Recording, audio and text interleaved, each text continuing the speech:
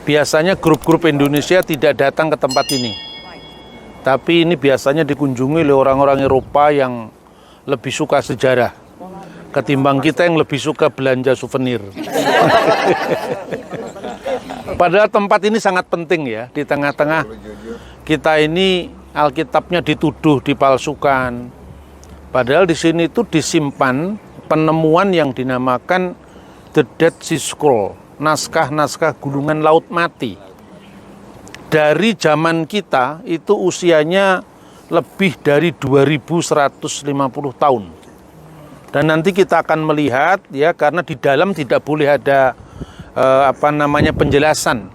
Itu di antara 11 gua itu ditemukan naskah kitab-kitab seluruh perjanjian lama, termasuk yang disebut kitab Nabi Yesaya. Ada 2 kitab Nabi Yesaya. Yang paling utuh itu disebut sebagai Sefer Yesayahu Aleph. Jadi kitab Nabi Yesaya kodenya A. Yang B itu banyak mengalami kerusakan. Yang A itu nyaris utuh. Dan itu panjangnya 731 cm, lebarnya 31 cm. Nanti kita bisa lihat di tempat yang dalam bahasa Ibrani dinamakan Hekal HaSefer, Shrine of the Books. Book di sini maksudnya artinya the scriptures, artinya kitab suci. Nah, penemuan dari naskah laut mati itu diawali pada tahun 1947, setahun sebelum kemerdekaan Israel. Seolah-olah Tuhan itu sudah memberikan pertanda bahwa setahun setelah penemuan naskah penting yang namanya Dead Sea Scroll itu, berdirilah negara Israel. Jadi selama ini sebelum tahun 1947 itu seluruh Alkitab kita ini diterjemahkan untuk perjanjian lama itu dari naskah yang disebut Masoretic. Dan naskah Masoretic itu nanti juga bisa kita lihat di dalam museum ini. Dipamerkan di situ ya. Itu terdiri 3 naskah. Yang pertama naskah Aleppo yang ditemukan di Syria, lalu naskah Leningrad yang ditemukan di Rusia, dan naskah Genisa yang ditemukan di Kairo, di sinagoge Kairo yang nanti juga kita kunjungi. Tapi tentu naskahnya sudah tidak ada di sana. Nah, 3 naskah itu, Aleppo, Leningrad, dan satunya lagi Genisa, itu berasal dari akhir abad ke-9, awal abad ke-11. Jadi sebelum itu, seluruh Alkitab kita termasuk yang dalam bahasa Inggris, seperti King James Version dan sebagainya, sebelum 1947, itu dasarnya dari naskah Ibrani yang disebut Masoretic.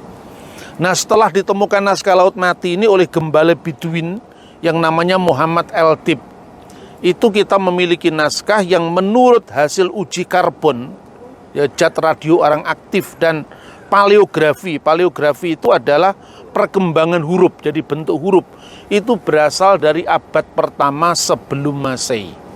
Nah, dari mana kita mengetahui itu, dan dari mana kita bisa meyakini bahwa itu naskah memang asli? Pertama itu tadi dari uji karbon, kedua dari paleografi.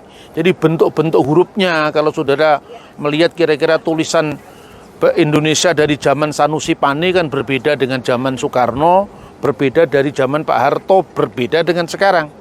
Nah, di dalam naskah Laut Mati itu ada 3 ragam tulisan. Yang pertama yang dikenal dengan Paleo-Hebrew. Paleo-Hebrew itu huruf yang dipakai di zaman Raja Daud.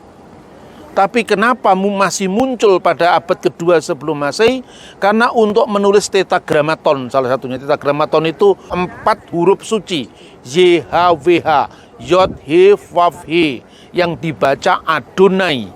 Jadi misalnya kalau ada ungkapan Shema Yisrael, Yod He Vav He Elohenu, Yod He Vav He Echad, dibaca Adonai Elohenu, Adonai Echad. Kalau di Taurat Samaria itu dibaca Shema Yisrael, Sama Eloinu, Sama Echad. Karena Sama itu Sam, nama, A itu kata definite article, ya, artinya the name, our Lord, the name is one. Jadi itu contohnya. Nah, setelah ditemukan naskah Laut Mati itu, ada yang ditulis dalam huruf Hasmonaim. Hasmonaim itu huruf yang dipakai di zaman Makabe. Kemarin kita sudah mendengar ya penjelasan tentang Hanukiyah atau Kakidian bercabang 9 untuk memperingati peristiwa penahbisan bait suci yang diperingati Yesus di dalam Yohanes pasal 10 ayat 22 dan seterusnya. Lalu yang ketiga huruf Herodian. Huruf Ibrani Herodian itu dipakai setelah zamannya Herodes. Jadi kira-kira tahun 37 sebelum Masehi itu Herodes diangkat sebagai penguasa Yehuda oleh Romawi karena sejak tahun itu Israel di bawah penindasan Roma sampai kemudian zamannya Yesus dan seterusnya. Nah, saudara-saudara, setelah diteliti dengan uji karbon tadi, mula-mula seorang yang bernama Muhammad Eldib itu menjual naskah itu kepada seorang pedagang barang antik. Kalau kita tadi kemarin masuk dari Yerusalem ke Bethlehem, ada tembok itu, tembok yang dibangun pemerintah Israel, itu di situ ada rumah, ya, di sebelah kanan itu rumahnya keluarga Kandu. Nah, cucunya sampai sekarang masih menjadi gaet. Ya, keluarga Kandu itulah yang kemudian membeli dari koleksi naskah yang ditemukan di 11 gua. Jadi ada 11 gua dan disambung lagi dengan penemuan di gua Murabaat dan ditemukan lagi gua yang namanya Nahal Hefer, di mana ditemukan kitab Mazmur yang usianya juga abad pertama sebelum Masehi. Salah satu naskah yang menjadi ikonnya yaitu Yesaya itu dipamerkan di sini.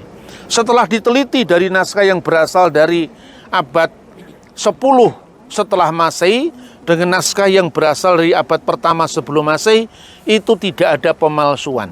Jadi satu contoh misalnya ya, dia berteriak seperti seekor singa. Anda lihat di situ S itu ditulis dengan huruf kursif.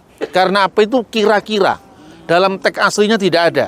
Karena menduga-duga ya, dia berteriak seperti seekor singa. Itu teksnya itu wayikra aryeh al-misfeh Adonai, maka berserulah singa. Nah, kok tiba-tiba ada kerumunan manusia, kok ada singa? Maka seperti singa.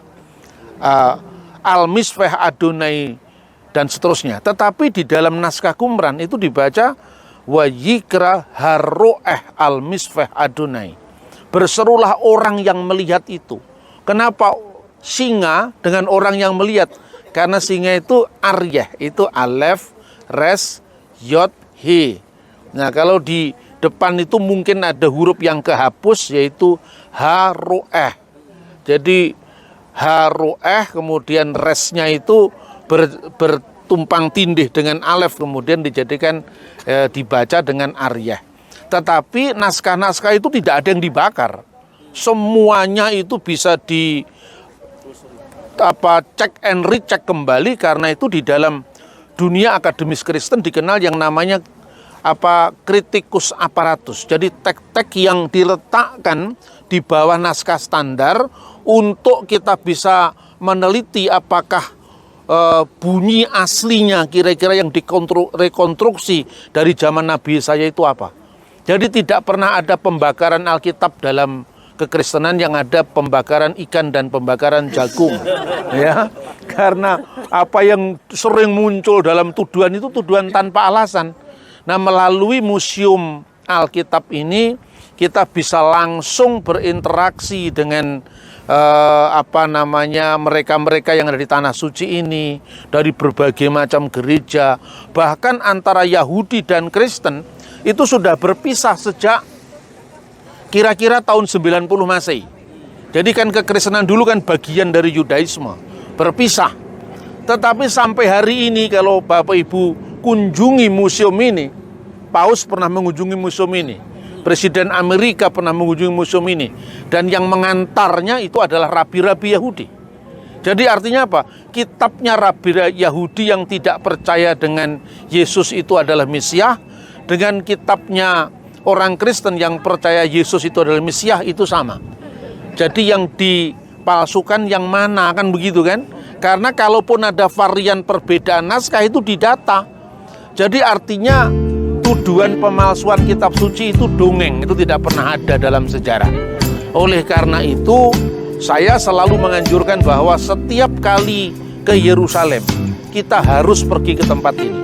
Karena ini salah satu bukti yang Tuhan berikan selama ribuan tahun bahwa kitab suci kita ini tidak pernah mengalami pemalsuan. Antara Yahudi, Kristen dengan segala macam gereja, baik Ortodoks, Katolik, Reformasi, Protestan, sampai juga orang Samaria itu memiliki Torah yang sama.